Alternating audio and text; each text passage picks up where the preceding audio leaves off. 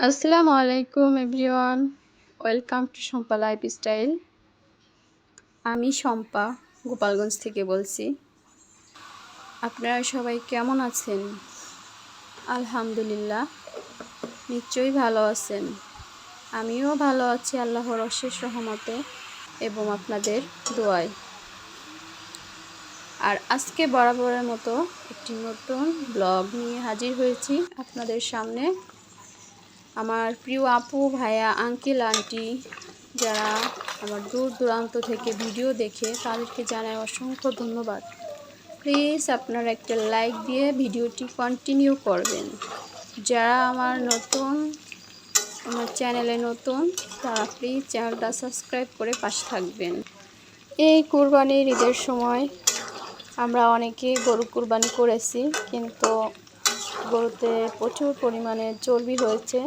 সেই চর্বিগুলো আমরা নষ্ট না করে আমরা যদি এভাবে করে ফ্রিজে সংরক্ষণ করে রাখি তাহলে খুবই উপকারী হবে। আর আপনাদের মাঝে সেটাই আজকে তুলে ধরলাম। এই দেখেন বন্ধুরা, আমি প্রথমে 1 কেজি গরুর চর্বি ধুয়ে চালনে ঝারিয়ে রেখেছিলাম।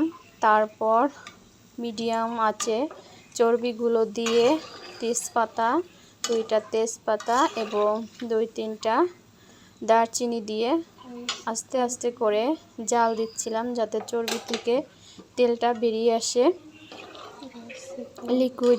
লিকুইডভাবে। আর এভাবে হতে হতে প্রায় শেষ পর্যায়ে চলে এসেছে। আস্তে আস্তে জাল দিতে দিতে এই যে তেলগুলো দেখছেন, খুব স্বচ্ছ একটা তেল বেরিয়ে এসেছে। আর তারপর এখন লাস্ট পর্যায়ে আমি চুলাটা নিভিয়ে দিলাম। এখন আমি এই চর্বি থেকে উপরের যে চর্বির আবরণগুলো সেগুলো আমি সেঁকে নিচ্ছিলাম, কারণ এগুলো তো রাখা যাবে না। আর এটা অনেকে অনেক কিছুতে ব্যবহার করে খাইতে পারেন, আলু ভাজি অন্য ভাজির ভিতরে দিয়ে যদি কারো ভালো লাগে মনে চায়। কিন্তু আমিও এটা রেখে দিচ্ছি, আমিও একটা রেসিপি করব এটা দিয়ে, এজন্য এটা রেখে দিলাম। আর এই যে তেলটা আমি সংরক্ষণ করে ডালটা যে আমরা ব্যবহার করি এই তেলটা সেভাবে সংরক্ষণ করে রাখবো যাতে ডালটার কাজটা হয়ে যায়। আর বন্ধুরা দেখেন, আমি উপর থেকে তেলটা ছেঁকে নিয়ে রেখে দিয়েছি।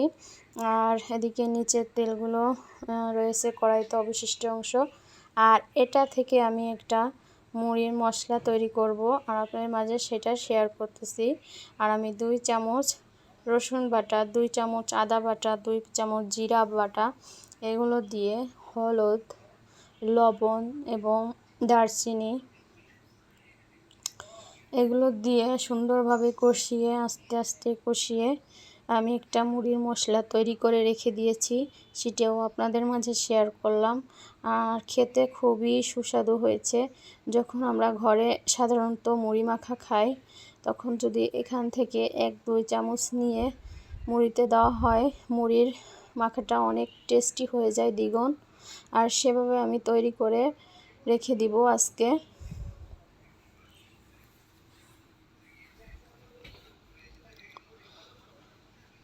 আর এগুলো আস্তে আস্তে জাল করে রাখতে হবে যাতে মশলাটা তলে ধরে না যায় এবং পুড়ে না যায়, সেদিকে লক্ষ্য রাখতে হবে।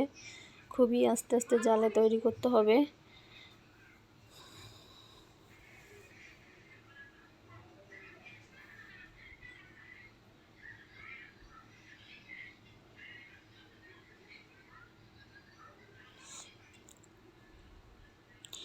আমার বাবুদেরকে এখান থেকে 2-3 দিন করে আমি মুড়ি মাখিয়ে দিয়েছি। তারা বলেছে খুব সুস্বাদু হয়েছে আম্মু, তোমার মুড়ির মশলাটা তৈরি করা অনেক ভালো লেগেছে তাদের কাছে। আপনারাও চাইলে পারেন, যাতে চর্বিটা অযথা নষ্ট না করে ফেলে আমরা যদি এভাবে সংরক্ষণ করে রাখি তাহলে আমাদের অনেক কাজে ব্যবহার করা যাবে।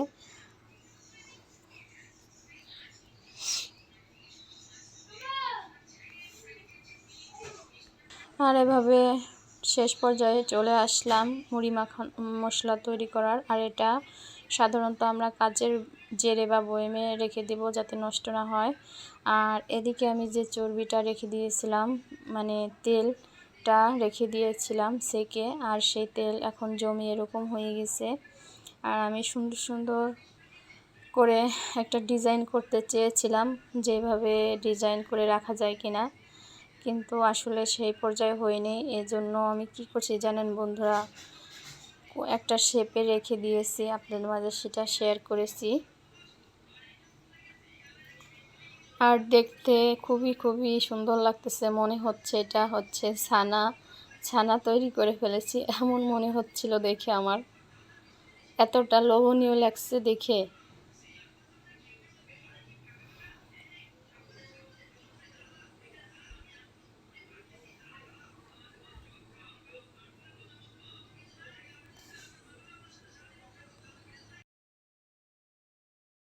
যেভাবে করতে চেয়েছিলাম সেভাবে হলো না, কারণ লেয়ারটা পাতলা হয়ে গেছিলো, এই জন্য মাঝখানে ভেঙে যায়, তাই হলো না। তারপরে আমি অন্য একটা পথ অবলম্বন করলাম। বন্ধুরা, এইভাবে যদি ফ্রিজে আপনারা রেখে দেন বছরকে বছর, তাহলে কোনো সমস্যা হবে না।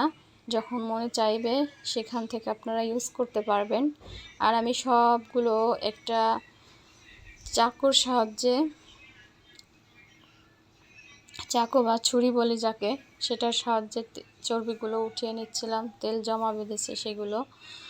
আর এখন এগুলো উঠিয়ে আমি সুন্দর করে একটা শেপের মাধ্যমে রেখে দিব এক একটা করে। যখন মনে চাবে ওখান থেকে এক একটা নিয়ে ইউজ করতে পারি।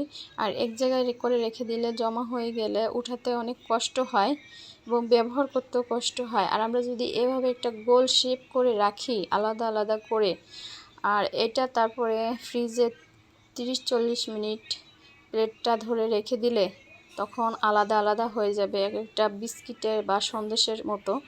আর তারপরে যদি একটা বক্সিং করে রেখে দিই, ইনশাল্লাহ একটার সাথে একটা মিশবে না, আর ব্যবহার করতে সুবিধা হবে। ওখান থেকে এক একটা নিয়ে যখন মনে চাইবে ব্যবহার করতে পারবো।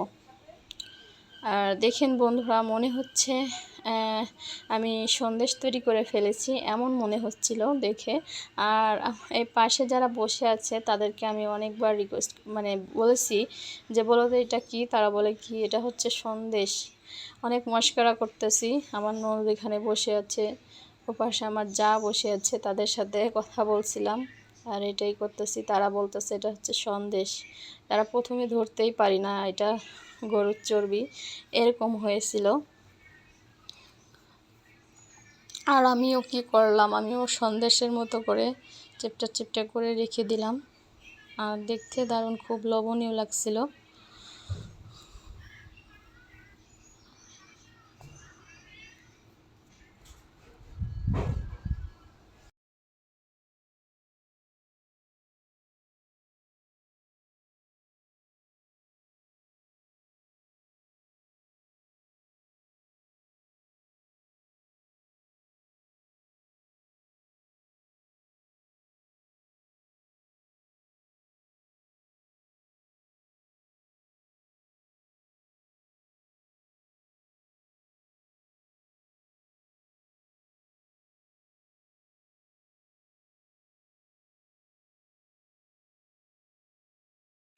আর এভাবে করে সম্পূর্ণ চর্বিটুকু একই শেপে তৈরি করে রেখে দিয়েছিলাম।